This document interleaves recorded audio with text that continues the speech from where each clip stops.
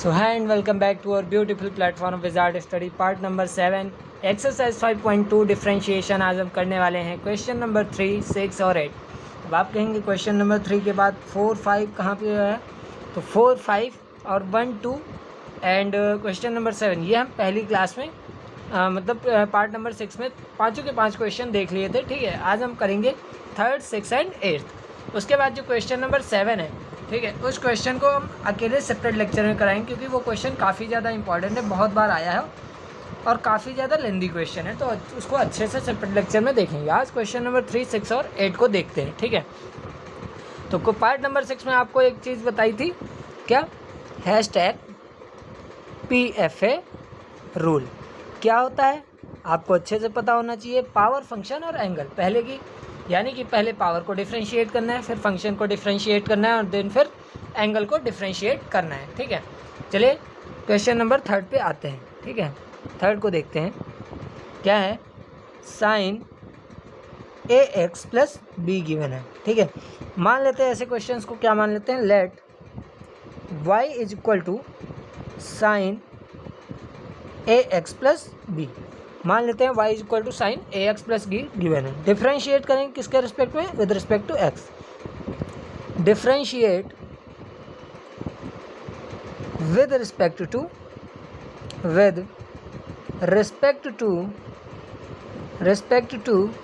x। किसके रिस्पेक्ट में डिफरेंशिएट करेंगे? x के रिस्पेक्ट में। चलिए डिफरेंशिएट करते हैं। तो y का क्या हो जाएगा? dy/dx ऑफ y करेंगे, फिर dy/dx ऑफ क्या करेंगे? sin AX + B का डिफरेंशिएशन, यानी कि पावर तो है नहीं, फंक्शन का डिफरेंशिएशन। फंक्शन क्या है? sin AX + B है, तो sin AX + B का डिफरेंशिएशन। उसके बाद एंगल क्या है? dy/dx ऑफ AX + B का डिफरेंशिएशन, फिर dy/dx ऑफ A × x का डिफरेंशिएशन। कैसे होगा देखिए। साइन का डिफरेंशिएशन तो बेसिक आपको पता ही होगा, क्या होता है? cos AX + B डिफरेंशिएशन हो जाएगा साइन का। ठीक है, और AX + B का डिफरेंशिएशन क्या हो जाएगा? A हो जाएगा। क्या हो जाएगा? A हो जाएगा। ठीक है, ये यहाँ पे गलत लिख दिया यार। AX + B का डिफरेंशिएशन एक ही बार होगा, तो यहाँ पे गलती से लिख दिया गया। ठीक है, dy/dx ऑफ AX + B करेंगे तो देखिए B कांस्टेंट है, तो कांस्टेंट का डिफरेंशिएशन 0 ही हो जाएगा। और AX जो है, इसमें A क्या है? कांस्टेंट है। A को पहले बाहर निकाल लेंगे और x के रिस्पेक्ट में डिफरेंशिएशन 1, तो बचेगा क्या? यहाँ पे A बचेगा, तो A रख लेंगे। ठीक है, तो हमारे पास जो फाइनल सॉल्यूशन आएगा वो क्या आएगा? A cos AX + B। तो अच्छा क्वेश्चन था, एक सिंपल सा क्वेश्चन था। अच्छा क्वेश्चन क्या ही कहेंगे, बहुत सिंपल क्वेश्चन था। ठीक है, तो इसको हमने सॉल्व आउट किया है। अब चलते हैं क्वेश्चन नंबर 8 पहले कर लेते हैं, फिर 6 को देखेंगे। 6 बहुत अच्छा टिपिकल क्वेश्चन है। ठीक है, क्वेश्चन नंबर 8 को अच्छे से देख लेते हैं पहले। तो क्वेश्चन नंबर 8 क्या दिया गया है आपका? डिफरेंशिएट करना है cos √x को। ठीक है, तो मान लेते हैं लेट y = cos √x मान लेते हैं। अब क्या करेंगे? डिफरेंशिएट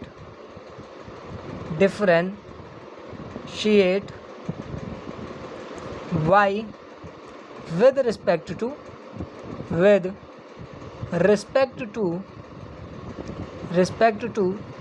x के रिस्पेक्ट में इसको डिफरेंशिएशन करेंगे। ठीक है, चलिए डिफरेंशिएट कर लेते हैं। तो dy/dx ऑफ क्या होगा? y का differentiation, then dy/dx of cos √x differentiation. ठीक है, फिर dy/dx ऑफ किसका डिफरेंशिएशन? √x का differentiation, and then dy/dx of x। ठीक है, सिंपल स्टेप वाइज किया है। पहले cos x, यानी कि पहले फंक्शन का डिफरेंशिएशन, फिर एंगल का डिफरेंशिएशन। पावर था नहीं आपका, और फिर एंगल के अंदर जो कांस्टेंट, जो भी आपका एंगल के अंदर वेरिएबल कांस्टेंट दिया गया, उसका डिफरेंशिएशन अलग अलग। ठीक है, ये होता है स्टेप मार्किंग। ठीक है, सॉरी स्टेप वाइज। ठीक है, चलिए इसको डिफरेंशिएट करते हैं। तो cos x का डिफरेंशिएशन यहाँ पे क्या हो जाएगा? cos x का डिफरेंशिएशन आपको पता है माइनस sin x होता है, और x की प्लेस पे क्या है? √x है आपका। ठीक है, तो x की प्लेस पे क्या है? √x है, आपको लिख दिया गया है। अब यहाँ पे क्या है? √x का डिफरेंशिएशन आपको पता है 1/2 √x। ठीक है, और x के रिस्पेक्ट में क्या हो जाएगा? 1।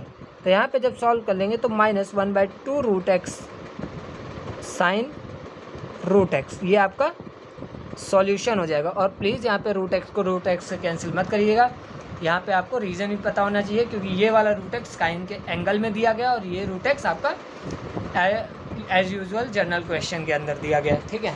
तो ये क्वेश्चन नंबर 3 था। अब क्वेश्चन नंबर 8 था, सॉरी, ठीक है। अब इस क्वेश्चन नंबर 6 को सॉल्व करते हैं। 6 क्वेश्चन नंबर जो है एक बहुत ही अच्छा क्वेश्चन है। 6 को नोट डाउन करते हैं पहले।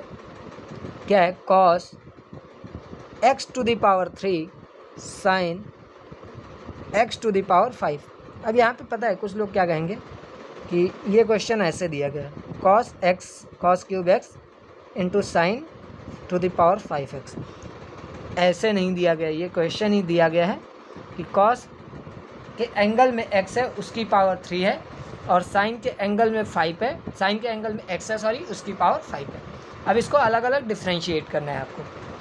अब ये अलग अलग कैसे डिफ्रेंशिएट होगा, यहाँ पे जो क्वेश्चन है ये बहुत इंपॉर्टेंट रोल प्ले करेगा। इस क्वेश्चन को अगले मतलब पेज पे देखते हैं, थोड़ी ठीक, इसको अगले पेज पे नोट डाउन करते हैं। Cos x to the power 3 sine x to the power 5 है। क्या है? Let y is equal to, क्या मान लेंगे, y is equal to cos x to the power 3 into sine x to the power 5, ठीक है। डिफ्रेंशिएट करेंगे y with respect to x, VRT मतलब विद रिस्पेक्ट टू x, ठीक है। Differentiate कर लीजिए। तो यहाँ पे पहली बात प्रोडक्ट रूल लगेगा। प्रोडक्ट रूल क्या होता है भाई? प्रोडक्ट रूल देख लो, बताया है वैसे, ठीक है। प्रोडक्ट रूल आप एक बार फिर से देख लीजिए। प्रोडक्ट रूल क्या होता है? D by d x of, जब भी दो फंक्शन u और v का डिफ्रेंशिएशन दिया निकालना हो तो क्या लिखेंगे? u as it is d by d x of v plus v as it is d by d x of u लिखेंगे, ठीक है। तो ये आपका प्रोडक्ट रूल है। दो फंक्शन दिए गए हैं तो पहले फंक्शन को एज इट इज़ लिखेंगे, दूसरे फंक्शन का डिफ्रेंशिएशन, दूसरे फंक्शन को एज इट इज़ लिखेंगे और पहले फंक्शन का डिफ्रेंशिएशन, ठीक है। तो इसके अकॉर्डिंग इस क्वेश्चन को करते हैं हम लोग, ठीक है। तो चलिए, जैसे आपका क्या दिया है तो y इज इक्वल टू मान लेते हैं, कॉस को मान लेते हैं u है और साइन को मान लेते हैं v है, ठीक है। ऐसा ही देखने के लिए मान लें, ठीक है। तो आपको क्या करना है? कॉस को u को एज इट इज़ रखना है, यानी कि कॉस x क्यूब को एज इट इज़ रखना है। डिफरेंशिएशन यानी कि d by d x of sine x to the power 5 plus sine x to the power 5 को एज इट इज़ रखना है d by d x of cos x to the power 3, ठीक है। इसका डिफ्रेंशिएशन निकालना है। देखिए सिंपल सा बात था, जो भी आपका प्रोडक्ट रूल था उसी के अकॉर्डिंग मैंने कॉस एक्स क्यूब को u मान लिया है, sine x to the power 5 को v मान लिया है, u को एज इट इज़ रखना है। Differentiation of sine x to the power 5 यानी कि v का डिफ्रेंशिएशन प्लस v को एज इट इज़ रखना है डिफ्रेंशिएशन ऑफ u जो कि कॉस एक्स क्यूब था, ठीक है। अब इसको सॉल्व आउट करना है, तो सॉल्व आउट करते हैं। क्या करेंगे? कॉस एक्स क्यूब, अब देखिए साइन एक्स का डिफ्रेंशिएशन, पावर फंक्शन एंगल के अकॉर्डिंग डिफ्रेंशिएशन करेंगे। पावर गिवन नहीं है, फंक्शन क्या है? साइन एक्स, तो साइन एक्स का डिफ्रेंशिएशन क्या हो जाएगा? Cos x to the power 5 और क्या लिखेंगे? D by d x of x to the power 5 भी लिखना है, ठीक है। एक्स टू द पावर 5 लिखना है plus sine x to the power 5, यहाँ पे क्या हो जाएगा? D by d x of cos क्या हो जाएगा? माइनस साइन, कॉस क्या हो जाएगा? Minus sine x to the power 5 x to the power 3 and d by d x of x to the power 3 भी अलग आपको करना है, ठीक है। समझ में आ रहा होगा ना? जैसे पावर का पहले किया तो पावर का cos x to the power 5, फिर एंगल का differentiation x to the power 5 आप करेंगे। वैसे ही यहाँ पे किया है, कॉस एक्स का डिफ्रेंशिएशन कॉस एक्स का साइन एक्स होता है, यहाँ पे एक्स की प्लेस पे एक्स क्यूब था तो एक्स क्यूब हो गया। फिर डिफ्रेंशिएशन ऑफ एंगल जो कि एक्स क्यूब के इक्वल दिया गया था तो उसका डिफ्रेंशिएशन, ठीक है। अब इसको सॉल्व आउट करना है हमें, सॉरी अभी तो इसको डिफ्रेंशिएट ही करना है। तो क्या होगा?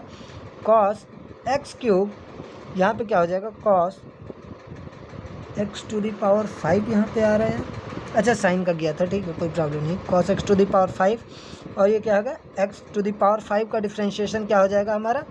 एक्स टू द पावर 5 का differentiation 5 x to the power 4 हो जाएगा और प्लस माइनस आपका माइनस हो जाएगा। Sine x to the power 5 और sine x to the power 8 और 3x क्यूब का एक्स क्यूब का डिफ्रेंशिएशन क्या हो जाएगा? 3x स्क्वायर, क्या हो जाएगा? 3x square. अब इसको सॉल्व आउट कर लेते हैं तो क्या हो जाएगा? 5x to the power 4 cos x cube cos x to the power 5 minus 3x² sine x cube, ये क्यूब है यहाँ पे, ठीक है, और साइन x⁴ 8, ये आपका सॉल्यूशन हो जाएगा। और प्लीज़ इसको यहाँ पे मल्टीप्लाई करने की कोशिश मत करिएगा, एंगल अलग है, एंगल अलग हैं, तो इसमें आगे करने की कोई ज़रूरत नहीं। यहाँ पे कर क्या सकते हैं बेसिकली, अगर आप x² को कॉमन लेना चाह रहे हैं, चलिए आगे कर लेते हैं थोड़ा, ठीक है। हम क्या कर रहे हैं, x² को कॉमन ले लेते हैं, तो क्या हो जाएगा 5x² cos x³ cos x⁵ -3 हो जाएगा, x² कॉमन ही हो गया है, तो 3 sin x³ sin x⁵ हो जाएगा, ठीक है। यहाँ पे ये हमारा सॉल्यूशन आ जाएगा। समझ में आई बात?